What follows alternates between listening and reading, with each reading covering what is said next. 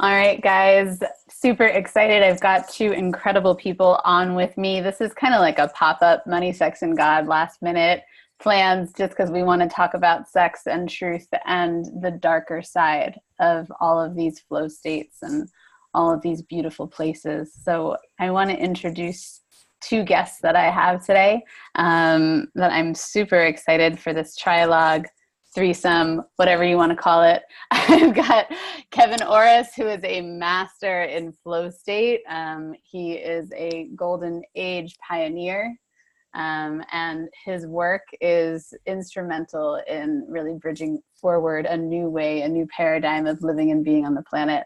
And I've got Cadell Last, who is a philosopher who's deeply entrenched in the darkness around taboo subjects like sexuality and pleasure and what that means for all of us on the planet. So super excited to have you guys here with me, and would love if Cadell, if you could start us off with a little bit of what we're going to kind of be diving into. Sure. Yeah. Thanks for having me on, and nice to be with both of you. So the title of the talk is The Darker Side of Flow State Mastery and Self-Pleasure. And here I would just like to introduce these two topics as they're sort of discussed oftentimes separately, and then we're going to try and bring them together in hopefully a way in which I guess the aim would be to bring a new reel to these topics that is maybe informed by both of your professional experience. So from the academic side, flow state psychology has become very big in intellectual circles, and it's basically this idea that the ideal form of development is if a subject could walk a middle path between boredom and anxiety and between low and high difficulty challenges. And that the subject should sort of organize its life world ideally in between these two polarities and sort of gain a type of balance, you might say, in the process or in the flow. And then you might say that a lot of conventional metaphysics organizes itself around the goal should be happiness, and that happiness is achieved by aligning pleasure with types of things society normatively offers you. And so this idea of flow state psychology and a type of happiness metaphysics end up becoming a type of meta aim for us in this current age. And I think that, I don't know, what I'm interested in is from both of your professional work and from both of your professional engagement with these topics of flow state and pleasure, the degree to which you'll agree with this assertion that I would make, which is that both of these types of meta psychologies oftentimes neglect or fail to bring nuance to the reality of negativity. So, for example, in our flow, for example, you will inevitably encounter things which are catastrophic or negative. You might experience death. You might experience a tragic breakup. I mean, if you're giving yourself to love and if you're giving yourself to your true desire, that is irreducibly marked by negativity. And then in regards to pleasure, that if you are really exploring your pleasure, and if you're really pushing the boundaries of your pleasure, you will inevitably get linked in with also painful experiences, that you can't just have pleasure without pain. And so my main task with this conversation is that oftentimes when a subject is honest about the negativity or honest about the pain, they can be cast aside or in some sense patched up without really going deep into what this negativity is or what this pain is, as authentic, as real, as a truth.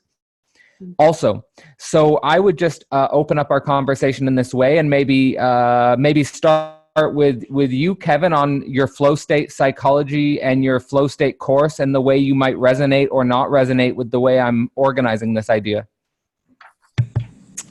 Yeah, I love the question posed, and knowing you for some time now, Cadell, I appreciate what I might name your negative bias, which I think is very valuable. And it's not negative in that it's bad. It's just facing, the very real pain, catastrophe, and general suffering that is part of life.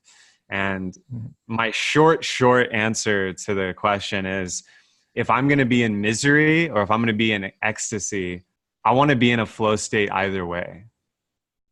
And I don't think that flow states have to be biased positive.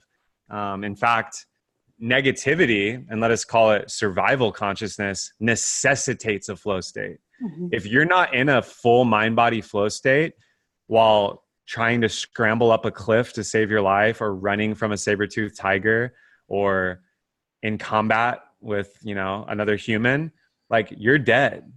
Mm-hmm. So I think this is part of why we evolved it physiologically. Now, all the layers that have been added after the fact on religion and mystical states and spirituality, and now we have this new age rush of, well, not new age, but the new age entrepreneurs are like morning routines and meditation and flow, and it's trending. And I think it's for a reason. And there is a trap of getting sucked into a swamp of facade and false optimism. And, for me, it's like a discipline. And I think a great way to describe it is that the reason I found out so much about flow states and implemented so much experimentation around them is because I came from pain, heartbreak, and dissolution of my ego, and depression and insomnia and like panic attacks when I was applying to grad school years back. And the only thing that gave me reprieve was the flow state, or was the state of immersion in what I was doing.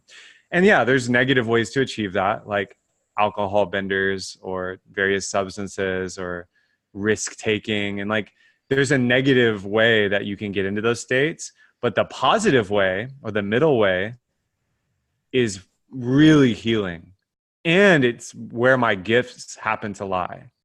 So it's made me way more productive, creative, and lucrative at the same time. Now, that didn't come naturally. The ability to get into the state is natural, but the training and discipline required to stay in the state optimally and consistently and showing up day in and day out, that is what's, earned, I'll say. I just want to jump in here with something that's coming up for me, is like this distinction between negative, positive, right? Of that in self-pleasure and in sexuality, which is where I play the most, negative and positive becomes just like this mishmash of the same thing. So, we talked about this before, Cadell, pain becomes the greatest source of pleasure, right? And pleasure can actually become painful. We can actually find the middle ground between the two of those. And in sexuality, that's where we find this beautiful place of really nothing, right? There's like they kind of cancel each other out. The two oppositional forces cancel each other out. And I see it a lot, what you were talking about, Elle, in the spiritual community especially, which is this seeking concept of like, let me get out of the pain. And a lot of people will look at me as like the person that wants to diminish the pain somehow because I'm this pleasure person. And so they think they'll come to me to get rid of suffering, to end suffering, to get out of pain. And they're quite let down when we realize about a month in that we have to like actually dive into the pain, dive into deep depths of misery, really, like and like clear out all this stuff in order to get to any place of peace, right? And then what I love about this is what starts to happen, and I love that you said that, Kevin, that it is natural to get there, but we have to train ourselves, right? I like to make the distinction between natural and normal, right? We're normalized to not feel into pain, to not surrender to it. We're normalized to seek elsewhere. But it's very natural for us to actually feel what's going on. That's when it actually happens, when the physiological mechanism in the body and the nervous system can go, you know what, I'm just going to surrender into this. Then the rest of it kind of happens naturally. And my job gets really easy. I see people do this yesterday I was on with someone who was sitting in her car contemplating suicide because of the level of pain that she's in right now. And in 5-10 minutes, we're in this place of pleasure pain, like circling. And then her body, her energy just naturally finds this place of deep peace. And so there's nothing else for us to do at that point, right? It's this natural alignment. I think it's almost like the two pieces of the cake that we have to put together. Otherwise we can't get to the place that we want to get to. So yeah. Cadell, what do you think? Okay, so yeah, I just wanna maybe bounce off of both of your observations and reflections on self and in your work. So like the thing that stuck out to me from what you were saying, Kevin, was that your flow state came from a reaction to pain and suffering, from heartbreak, from negativity, and then you develop your flow, and then that flow, to get into that flow state on the day-to-day grind level, it's just you got to show up every day, and it's earned, and you got to put in the work. Basically, there's no way about getting out. There's no way of getting around that. You have to put in the work. And I think that my basic feeling about that is that oftentimes in our culture, and this also touches on what Genevieve was saying, oftentimes in our culture, when someone expresses extreme negativity, they're often silenced and blocked and gapped up before you can actually get deeper into the reasonableness of the pain.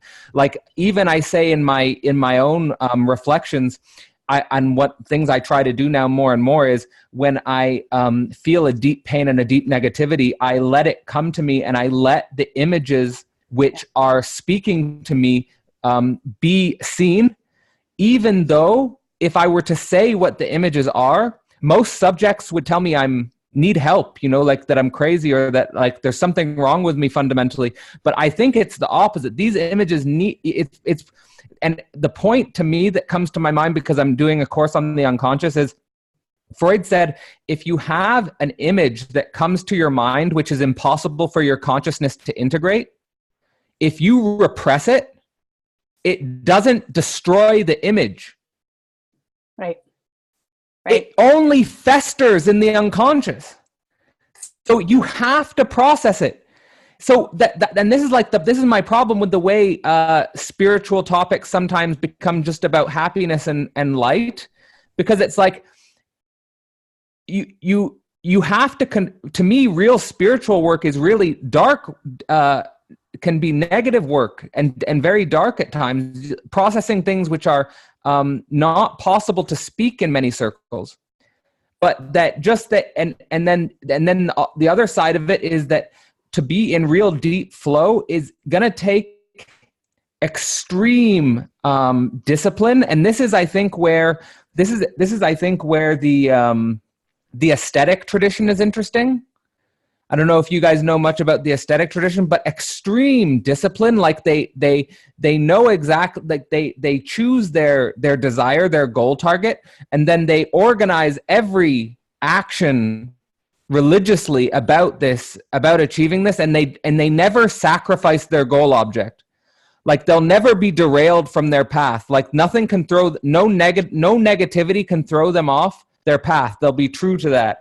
And then in relationship to what you were saying, Genevieve, this idea that we're confronting someone who's in one moment in a deep suicidal state, and then through really moving through this pain, really moving through these emotions, they can reach an inner peace. I think our culture needs this and needs this work so bad, because one of the biggest paradoxes that has always stuck out to me as in need of deep attention is that modern world suicide is not self-explanatory why it's such a prevalent phenomenon, and becomes more prevalent in more developed countries. Like the more a country becomes developed, the more you'll see the rise of suicide. And it has nothing to do with material abundance. It has to do with some insane psychical wound, which our culture just simply can't confront without facing fundamental paradoxes. So I'll throw some of these reflections back first to you, Kevin. Is do you think that the fundamental drive to the flow state is a reaction formation to pain and suffering? And maybe go into what the consequences of that might be. Yeah, so many great doorways are opening in what you're saying. Well, I mean, I'll use like an example from film and like fantasy, when like superhero movies, right? Or anytime a character has like a paranormal power, often in the narrative, they don't like turn it on through bliss. Like they turn it on when their parents die in front of them, or when their friend is trapped on a ledge, or they have to save themselves from underneath like some boulder, you know, like that's the moment that the magic comes online. And then often after that experience, they don't know how to get back there. And I think that's deeply inimical to the human psyche, that, you know, the flow state in the modern era might be a luxury because civilization makes a lot of decisions for us. So you don't actually have to be in an optimal state of consciousness. You can be coffee and McDonald's in the morning and Bud Light in the bar in the evening, and everything in between is labor or like family life or da da da da da. And at no point could you be in an optimal state of consciousness where you've lost a sense of self and you're deeply immersed in what you're doing and you're being challenged and growing in some meaningful way. So now it's like in a survival situation, or from the profound negativity in the human past where freezing to death, famine, plague, predation were real things. You didn't have a choice. The only humans that procreated and survived were getting into these, you know, borderline altered states of consciousness, you know, where, and often like in the shamanic or the witchcraft or pagan or medicine traditions, like literal altered states of consciousness through chanting, drumming, syncopated rhythm and dance, alkaloids and plants, like, and then in other ways, it's like in group flow states, like a festival or a hunting party or a group of women like birthing a child with another woman. You know, these are natural states humanity's always been in, and it even transcends humanity. They've studied tons of animals. You know, the ones that come to mind are like certain birds. You know, pigs will eat rotted apples that get them drunk on ethanol. Jaguars will eat psychedelic honey and nectar, and like even animals prefer altered states if given the option. And so there's something about altered states that takes the organism out of its like feedback state of self-criticism or neurosis or feedback that's negative, and puts you back into a state of instinctual sensory awareness that to a human in the modern world, with bombardments from social media and dating apps and some shit service job that they don't want to be in, you know, this is a healing force on the planet. And I think that definitely ties in with the increase. The suicide rate is getting higher in men in the developed world. I don't know about women. I know on average men are more likely to commit suicide, but yeah, there's a big question here about what kind of civilization have we set up? Yeah. So, so much is coming up. Thank you guys, the both of you, for this. It's so delicious. And this is something thank you for bringing up altered states, Kevin, because I've been thinking about this a lot. This is a strong standpoint, but I fully believe that if every person can reclaim their true sexual nature, their orgasmic energy, which is their life force, which is the truth of them, we would not have suicide. We wouldn't. There would be no point. There'd be no point to it. Like, we'd look at it and we'd be like, well, that's silly, right? Because what's happening is we're conditioned against ourselves from the output, right? As soon as we start to age and grow up and learn that there's like these paradigms that we have to fit into, then we stop fully living in our essence. And I see it with kids, you know, like there's like young children are like, they're in their play and they're in their life. I watch it in my son, and then they hit puberty and it's like, there's nowhere to go. How do they, like, all of a sudden they're not themselves anymore and they can't find themselves. And this is this really important time in a person's life where, as a society, we're not showing people how to get back to themselves through sexuality. When you're kids, you can do it through play. When you're a teenager and an adult, we do it through sex, right? And we forget, we don't even know that that's possible. So I've seen this a lot. And I also see a lot this it just brings up the question for me of like, what are we all even running from? Right? Like, what is this painful experience that all of us are so afraid of? Often I see what happens is like, I think, just one distinction I want to make. I do think that people can get to this enlightened state of consciousness through pleasure and bliss. I don't think it needs to be muddled with pain and suffering. My client asked me this yesterday. I think we can get there through pleasure and bliss. And in that, when that starts to happen, when turn on starts to rise in the body, what's naturally going to happen is anything that's not the essence of your being is going to start to come up to then be released. So you're going to have some moments of pain and anger and anguish. That's what's painful. Right.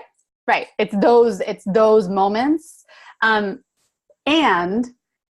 we don't need the external reality to necessarily be reflected in that. So if we allow ourselves to surrender to the process of like up and out, right, that's going to happen as our turn on, and sexuality goes into our body. We don't necessarily need to like lose all of our money and lose our house and divorce and do, which a lot of people do in the spiritual awakening journey. They need to like wreck all that. I think if there's a deep surrender and letting go process that can happen with the nervous system, we can avoid the mass suffering of avoiding things, because that's really where the suffering is, and instead totally sit in our bodies in the process of what's happening. So yeah, just a few points on that. Cadell, I can feel you. It's worth pointing out that the orgasm is the OG altered state we all came from. Totally. So and is it even altered? Like, I mean, or is that actually real, right? Like that's, everything else is altered.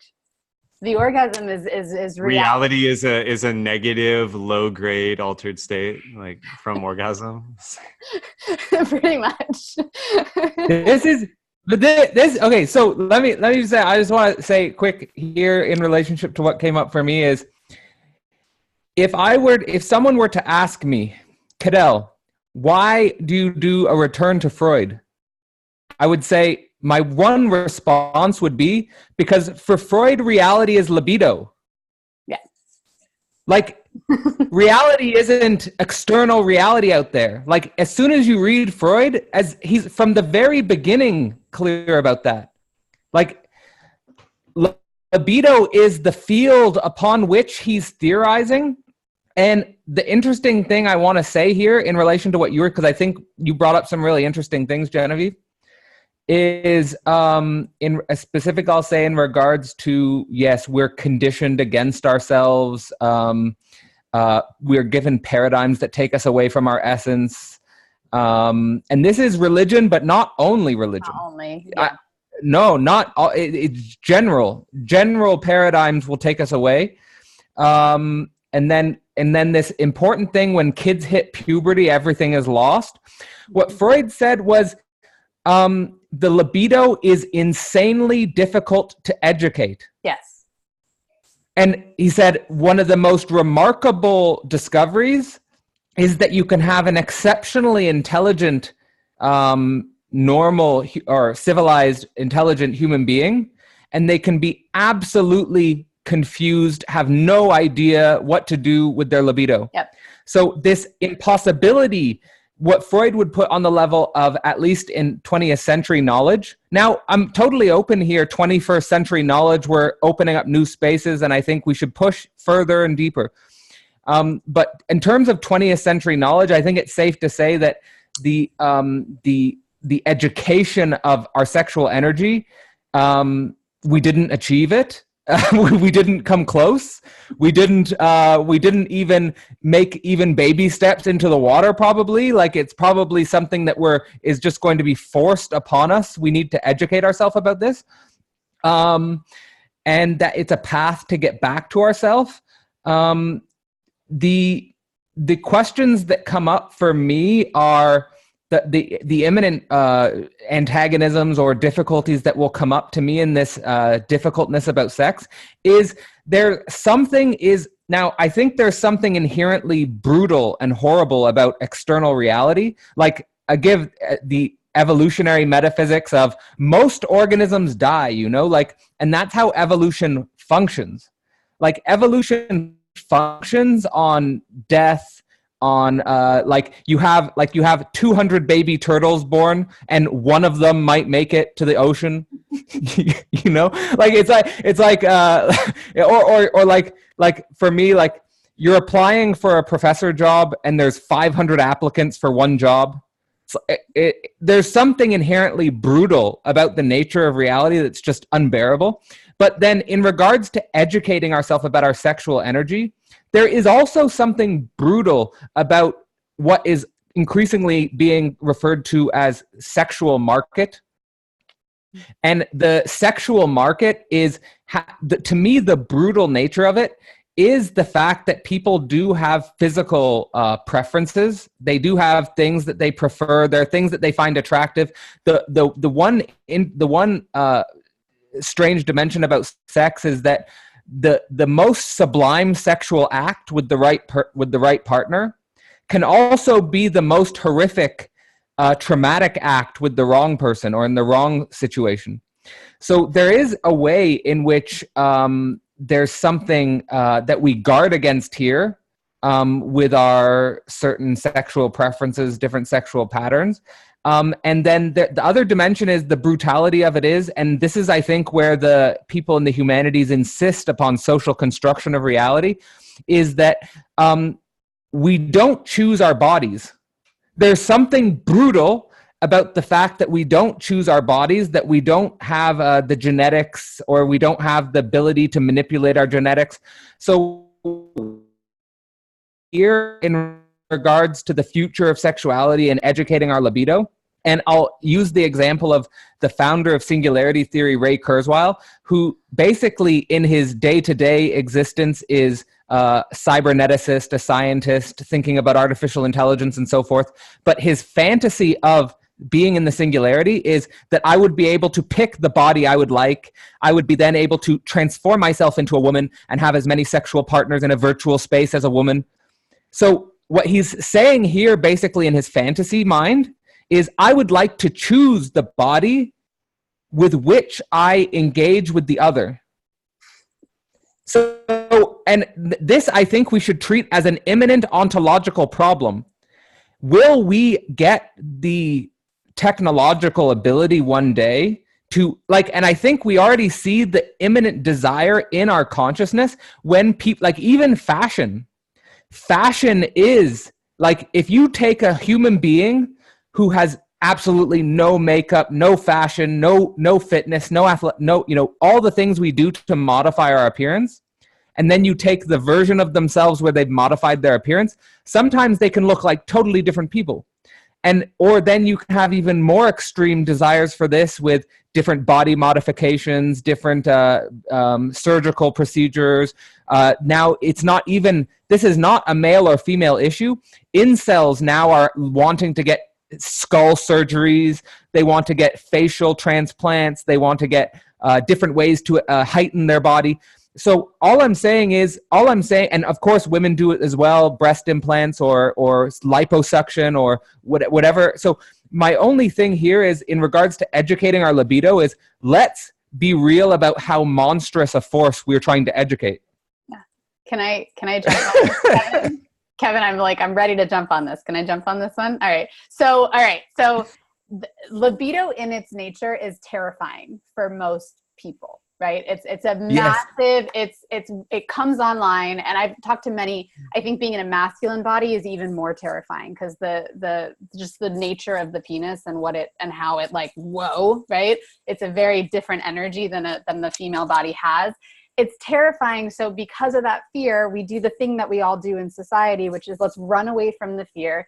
Let's run away from the shit that scares us, right? And try to box it into these weird things that pull us away from ourselves.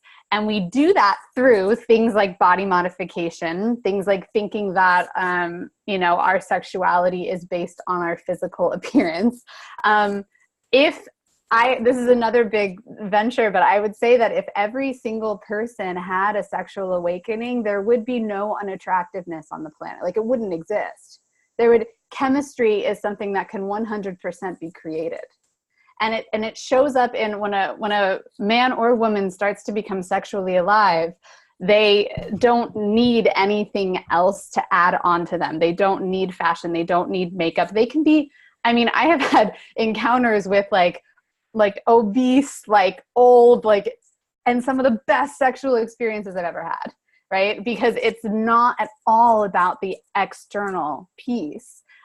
Once you find that flow, and that to be added, the flow will take away everything that's not you, right? So if you are suffering from something like obesity, for example, that's going to fall away naturally. It's like the best diet ever is just start to have a whole lot of sex and you're right. It's very clear. So there's pieces here around, yes, we don't choose our bodies, but everything can become a turn on. I've recently been having a lot of fun with just my own sexual, I can't believe I'm going to say this, my own sexual exploration of seeing someone who I inherently think is not attractive and finding my turn on for them. And I've been doing this over and over again just to prove the point that it's totally like I can create that and I can make that a thing that I can bring in my body. I work right now with one leg is someone that I'm enjoying myself with right now, right? He's got one leg chopped off. Why not, right? So it's just a game. And I think when we release everything that, society puts on us and we go back to the primal nature of chemistry, pheromones, being in our body, being fully embodied, then the body actually, it's another duality. When we're fully embodied, the body actually gets to disappear, right? And it becomes about everything else other than us. So Kevin, you can take it, but I just had to get that out. Yeah, I love where this is going and how weird this is getting. This is turning me on right now. I'm a sapiosexual, so this is my wheelhouse. One leg. I mean, yeah. Let's go. I mean, you only need to do an internet search to find the vast realm of fetishes and like very niche porn that exists. That just like the human desire complex is like, it's infinite. Like there's no bottom. There is no end. No. There's no fetish that would surprise me. No. And that's healthy. Like I think that's healthy. That's a primordial expression of like humanity and libido, which is a primary reality. I agree with Freud. And I want to directly respond to Kurzweil and transhumanism and incels and MGTOW and red pill on the negative far outlier. I think there's some good stuff in there. And I'm an evolutionary psychology geek. That's how Cadell and I even know of each other. But yeah, when I hear about that shit with Kurzweil, like choosing your body and like virtual reality polyamory times 10,000 as an alien female body, like, yeah, okay, like that's fine. But would he even have those fantasies if in his body he was having a lot of sex with people that he loved? All that, like, I don't think so. I think that's a mental force that's gotten control of the libido and externalized it into some like technological utopian future. Exactly. Now, that being said, like I would still love to have that kind of technology for different reasons though. Cause I feel blessed in this body and I'm just like every day, like, fuck yes. Like I treat my body like a F1 sports car and give it the best fuel and the best tune-ups and the best of everything because I'm like, this is a temple. Like I'm like a mystic with that. And I see people that, objectively might be seen as ugly or unattractive or whatever. But if there's a twinkle in their eye and like you're saying, Genevieve, and they're just stoked on life and they don't give a fuck and they're charismatic, like it doesn't matter what you look like. And you can meet a model on paper. No, but there is a real here. Tell us, Cadell, because we're tell us because we're like nah. No, okay, I mean, I think there's no. It's to me it's more brutal, but like in terms of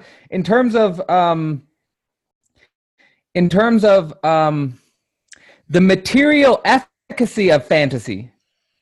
Like people do have certain very persistent, very specific fantasies, and there are some people who absolutely fall as far out of that fantasy as possible. And there's no way to reconcile that. Okay, I'll just give an example, and then I mean, I'm just posing it as a problem, and you guys correct me. But the video I saw that I thought was really good was actually I think it was some channel like BuzzFeed, but they did an interview with a very short man. He was like 5 foot tall. Mm-hmm. And a very tall woman. She was like 6'4", 6'5". And they were just talking about their experiences of the sexual marketplace and how most 99% of people will a priori say no. Like there is no opportunity for them to even get a chance to introduce to the other their personality. And so these are just the types of problems I would say and I 100% agree with what you said, Kevin, about Kurzweil, like 100%, but I still have the question of what is the material affect of fantasy? Like when we get the technological capabilities to make like, I have no doubt China will be the first to do mass experimentation with genetic engineering. My question is, what the hell do the Chinese people look like in 100 years? Mm-hmm. No, they won't look the same. Mm-hmm.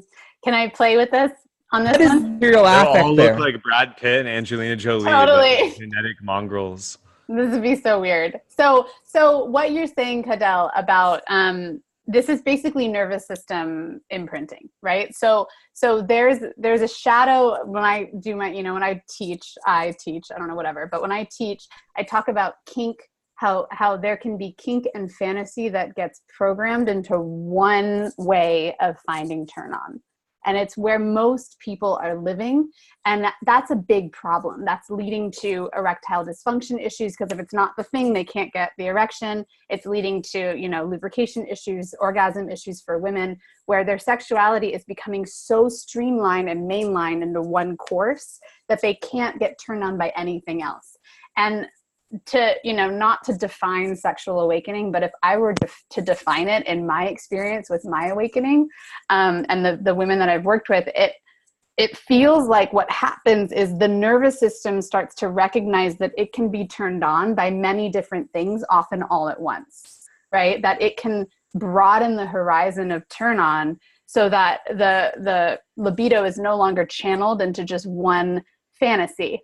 And then, which is where I'm at now, you can start to play in this world of like, well, how do I get turned on by everything? How can I get turned on when I'm crying? Or my mentor the other day she said she was vomiting and she was having an orgasm while she was vomiting, right? Like right?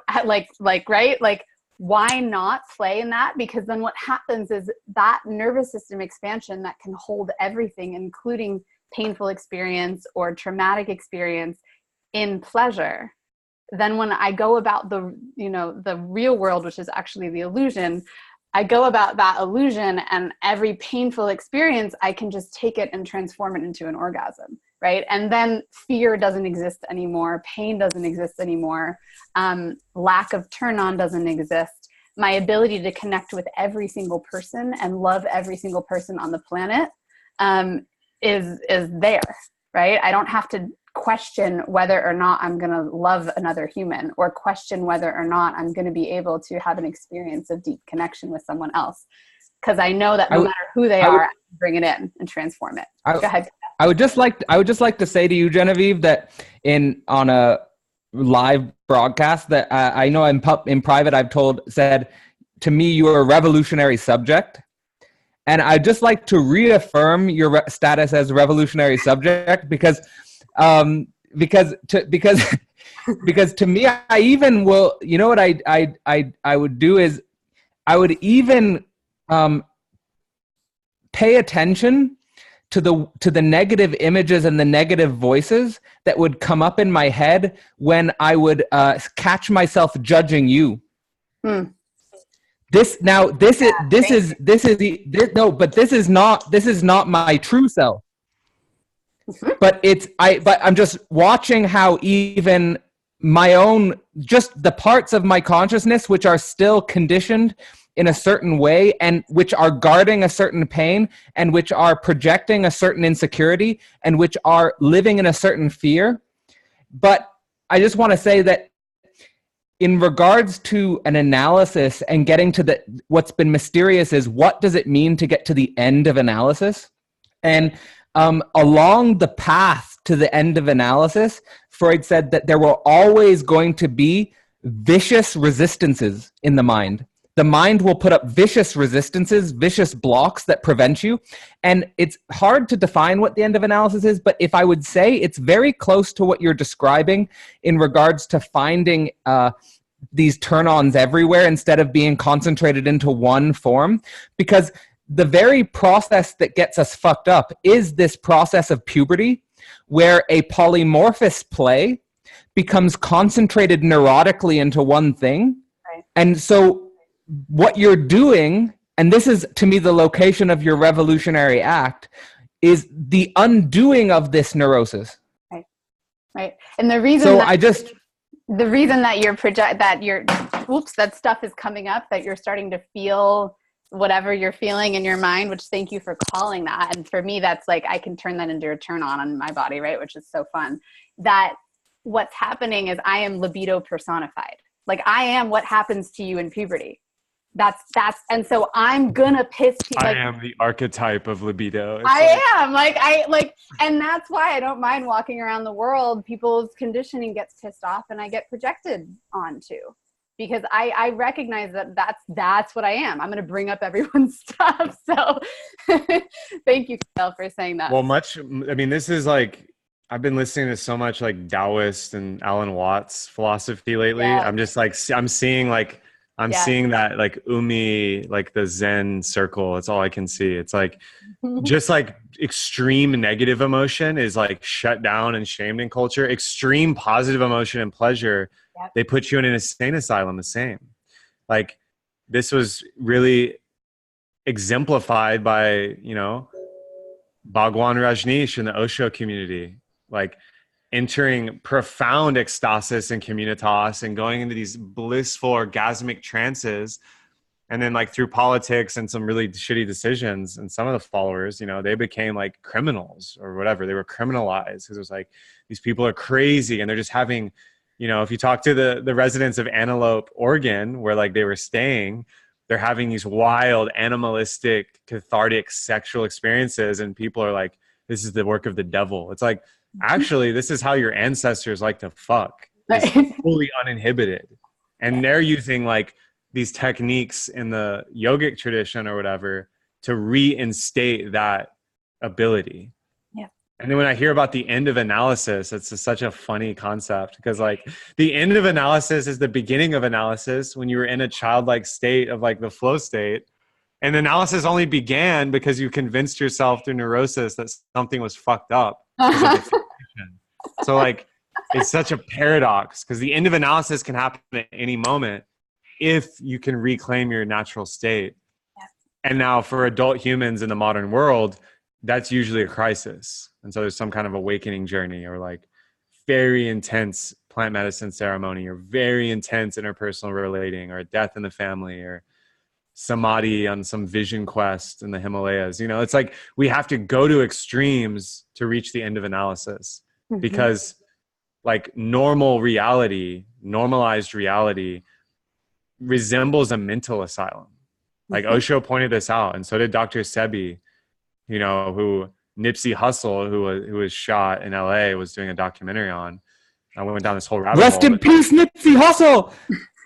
Yeah, rest in power. But Dr. Sebi has this epic quote where he's like, a country where like neuroses and mental sickness is marketed to by people who instate that sickness and withhold the real cure is not, that's not civilization. That's a madhouse. It's like a profitable mental asylum. Mm-hmm. Mm-hmm. Yeah, that's the, you know, the place sex, sex and sexuality and like sexual self-mastery can give us these places where we no longer are in analysis. And I think we thwart our own spirit because it's like it drops in, we become these bodies, and then it's like we get stuck in this analysis loop, right? Which is the complete turnoff from other bodies. I don't know if you've ever seen that, but if you've been with someone or around someone and they're in analysis, your body's not going to respond, right?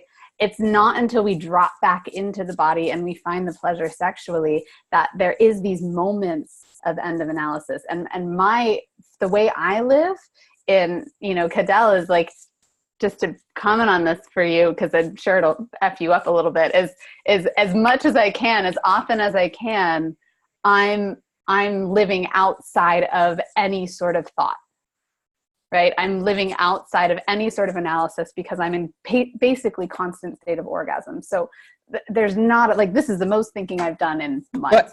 But, okay. I would say here, like Genevieve, I want to say quickly that one of the things I've picked up on in the last year, I would say one of the things that I've got a deeper grasp of is what I would call the ontology of sexual difference.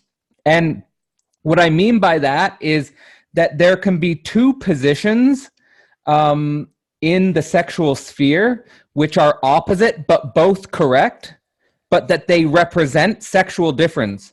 So when you say, for example, that you are fully living outside of thought, I would say that that is the authentic feminine position. Mm-hmm. Like I would say it's a pure empty form which can receive any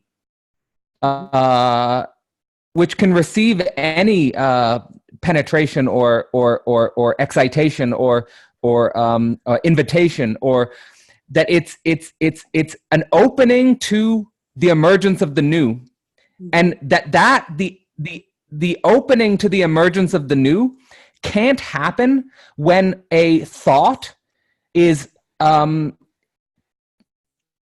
guarded so rigidly that there's no otherness that can exist. And this would be the neurosis of masculine consciousness. Like the neurosis of masculine consciousness is that it creates a thought which is so unchallengeable, which nothing new can emerge. Yeah. So that's what I would say. But I love both of what you're saying about the end of analysis. I actually think it's fantastic material here. This the way you're connecting end of analysis. My main question for both of you would be a passage I came across where Freud thought that just having free sex, for him, he said it wouldn't solve the problem because for him, the amount of sex is not as important as whether or not the sex is connected with love. And here he says that what he's trying to merge is sensuality, like our senses, our sensory experiences, and loving affection. And he says that things go wrong when sensual reality and loving affection diverge. And then he said that the problem for men and the problem for women when this happens is makes the problem worse. So he said when this happens for women, he says they can become cold and clamped up and they just go into themselves, like introverted into themselves. And for men, they debase their sexual object. Mm-hmm. So for men, they'll just treat women as a sex object with no love or no affection or no. So my question would be, in this educated, enlightening sexual path and end of analysis, do you both see the importance of the sensual dimension and the affectionate dimension, the sexual dimension with the love dimension? Oh, I mean, this is gold. And Gold, Jerry, gold. This is absolutely elementary. Awesome. Absolutely. It's just like, you had like a quote bomb right there, Cadell. The authentic feminine position is formlessness and receptivity and being open to any penetration, excitation, or invitation. That was poetry.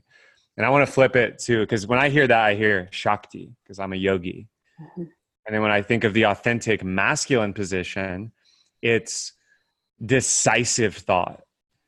And I think men, like you just said, when they debase themselves or get into neurosis, they become like dithering and they're just like, oh, they have all these thoughts and they might be and then great. Women go, ah, right? When that happens.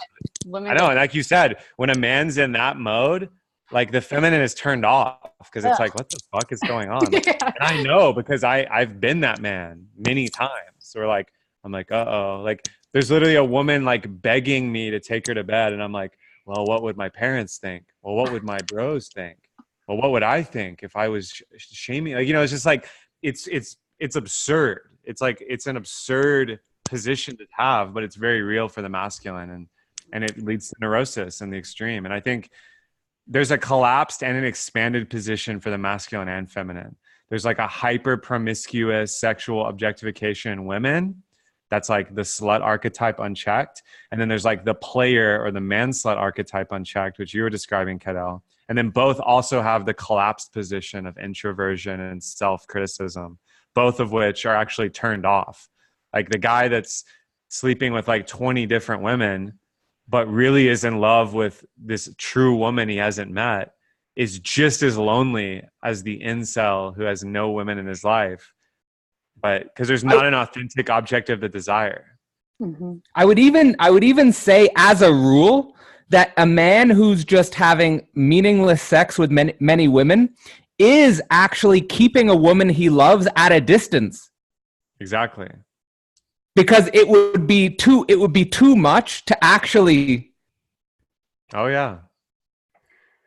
And this is the danger of falling in love, is you have to confront your libido. That's why it's a catastrophe. All right. So I'm just going to Don't ask for permission. Just do it. All right. I'm going to throw another bomb here. So, what if, for me, so Cadell, with your first question on, the sex and love piece, right? The way that I think of it is, what if all of it can be love, and what if none of it is meaningless, right? So if you're having, sex that, I'm just going to throw out some craziness, like rape fantasy sex, for example, right? But because the level of consciousness is both people is coming from a place of awareness of truth, which is that both people are holy and divine, which is, I think when Freud was talking about love, I think that's where he was playing with. I think his thoughts are a little erotic innocence. Totally. Yeah. Right. So if we're coming from that level, then we can play with being crazy sluts and having sex with 15, 20,000 people. Like, doesn't matter. We can play with being in these wild, kinky realms. We can play with being deeply in love the second that you meet a person. That's been a new play for me. That's been really fun. Like, if we're coming from this expanded consciousness where I guess what I'm trying to do is show you that we don't need to have this one way, right? And we can actually include all of it, in every interaction, where sex becomes not just the penetrative act, but every single moment, right? And love is not just the connection with a primary lover, but every single moment and every single person, with self and other, because there's no separation. Then everything actually, like this conversation kind of becomes null and void. It's kind of where I'm coming from. And the masculine feminine paradigm also becomes null and void. Which is Genevieve, you know what I had a dream about? What? Me and Freud going at it? No, I had a dream that the ultimate revolutionary act would be to go to a dry gender studies or sexology conference, and as the presentation should be an hour-long sex act. Yes, that's what it should be. 100%. This would be would be a true liberated demonstration of an embodied understanding of libido. Because and it would be that would be so right. Like you can't actual enlightened sexuality, actual transcendence of where you're in this hyper consciousness state. You can't speak to it. That's why what we're doing is so funny, right? There's actually no words that can encapsulate that moment. And so, you know, when I'm teaching workshops, it's demos. I can't talk about it. There's no one here and nothing to talk about, right? Okay, I have another question for both of you about words and sex and enlightened sexuality and this educating the libido.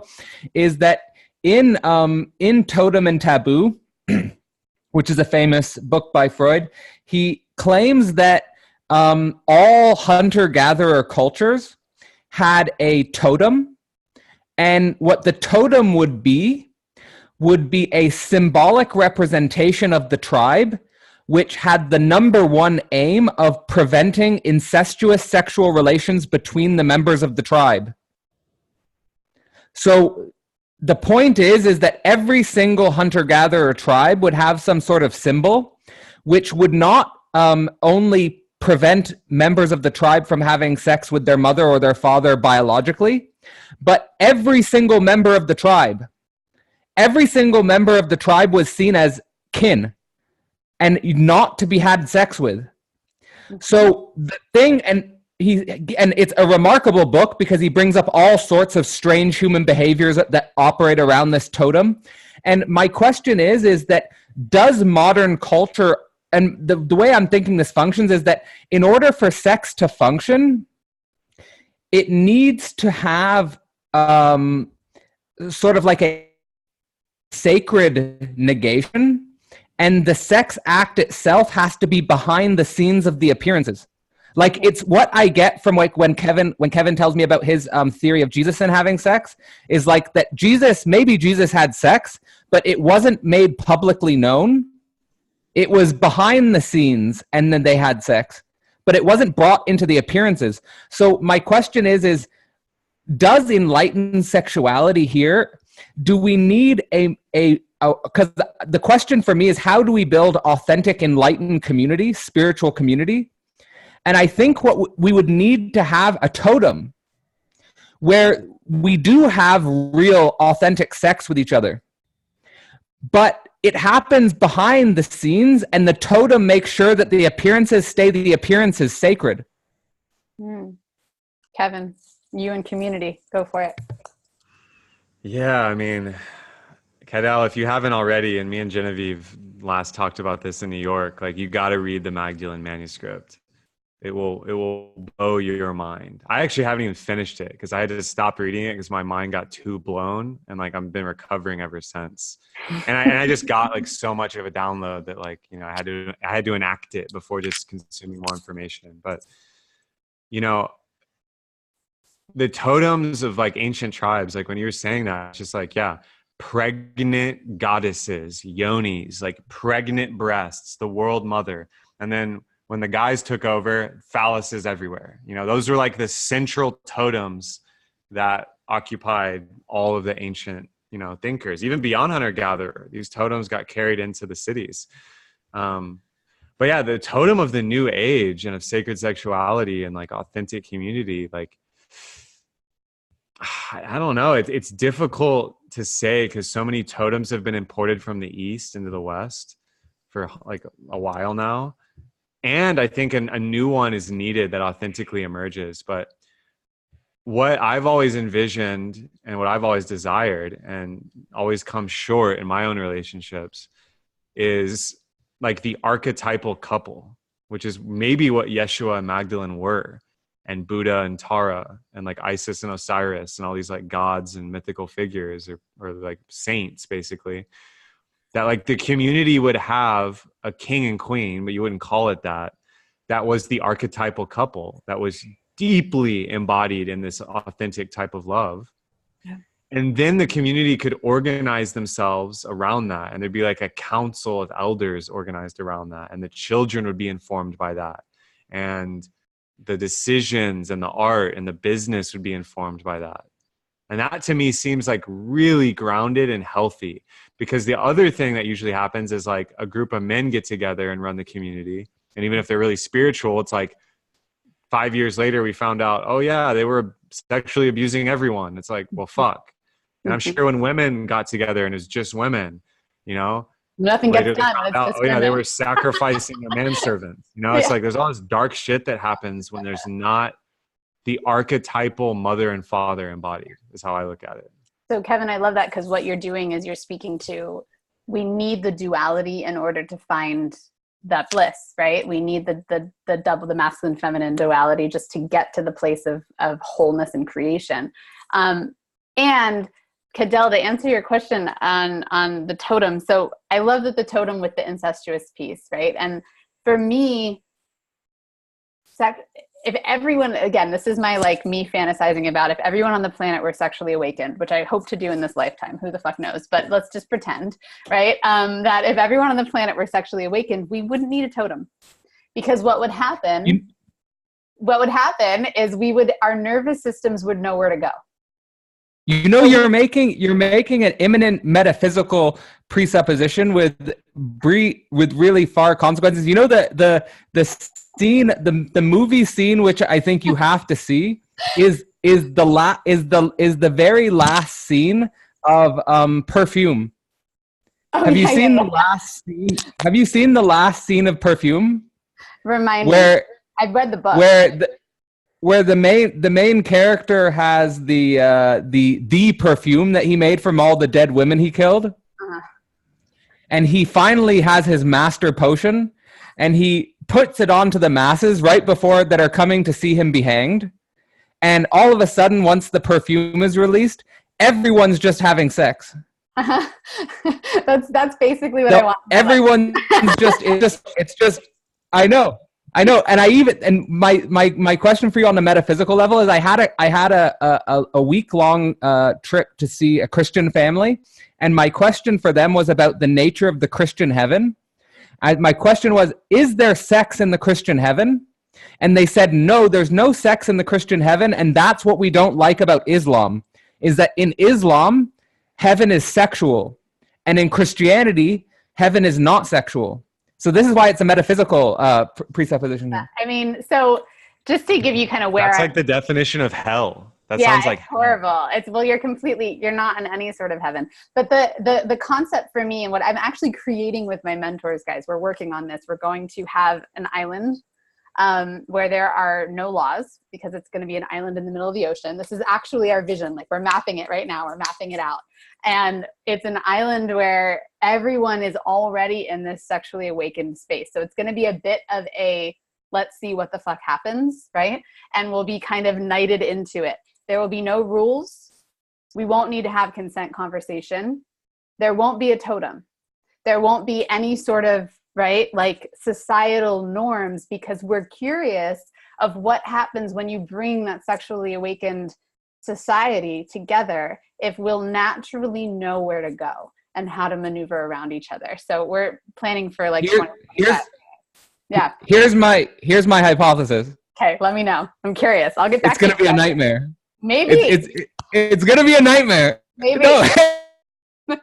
I mean, we don't know, right? But what my hypothesis is, because in that open space of truth, all of our nervous systems are going to naturally know where to go, how to interact, who to love, how to do it. I see it at really good sex parties, the same concept, right? So just playing on it, and we'll see what happens. And I'll get back to you guys in 5-10 years when we actually make it happen.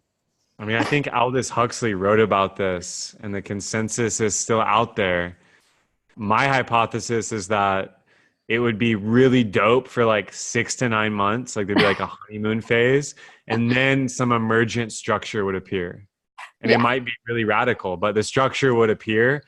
Otherwise, I don't know. I just think that freedom implies structure. So like in a totally free space, structure would emerge naturally. Just like in a hyper structured space, the revolutionary steps forward, right?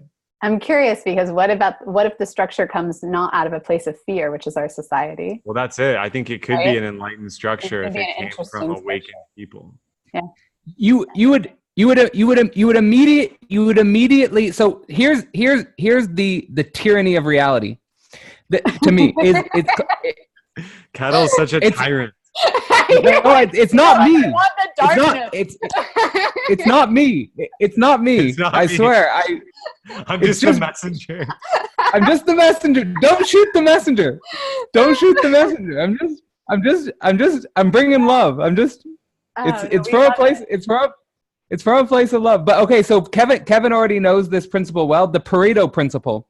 The Pareto principle is that whenever you have something that's inherently valuable, there'll immediately be a radical distribution where there'll be the haves and the have-nots, where there'll be a small group of people who have more, and most people who have less to nothing.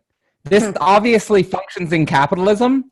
So, and there's no way to deconstruct it. It's just the way capital functions.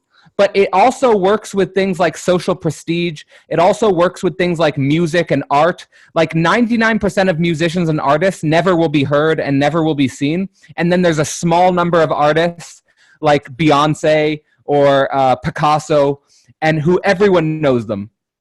And everyone has seen their stuff. So this is the Pareto principle. And so to me, when you have an island that's lawless, and the question to me is an imminently, again, it's a lovely thought experiment. The question is, if you reran history, would the same structures appear? Right. Right. And we don't know. So, well, we don't, of course, we've never done the experiment, what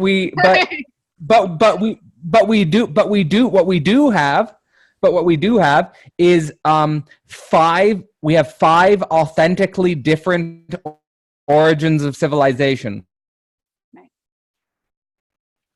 Like we have five authentically different places in the world where civilization emerged independently, not through diffusion of law. Like, so you have East Asia, you have Middle East, you have West Africa, you have Central America, and there's another location I'm forgetting off the top of my head. But that where these cultures emerged spontaneously in themselves, and then the question is there a meta pattern to the laws which they use to regulate sexuality? And I think that immediately you'll have like the tyranny is jealousy and insecurity. Jealousy is on the level of desire, and insecurity is on the level of love. Yeah, I mean, I'm if sexual awakening doesn't have tyranny or doesn't have the jealousy or the insecurity. So I'm curious what would happen, right? And I also know that we know nothing, right? And so coming from this place of deep, like, I don't know, because to try to suppose what's going to happen, we've never had fully sexually awakened people starting a community, right? So we'll see what happens. Do you guys want to end on that? Does that feel good? It feels good. I just want you to publish your results. I'm sure will Kat will write the commentary. We will be publishing. This is actually happening, guys. Like, we're getting the money together. We found the island already.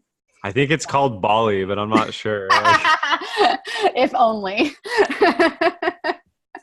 All right. Thank you guys. This has been amazing. This has been so good. I can't wait for people to watch it. And much love to the both of you. Thank you. Love you guys. Bye.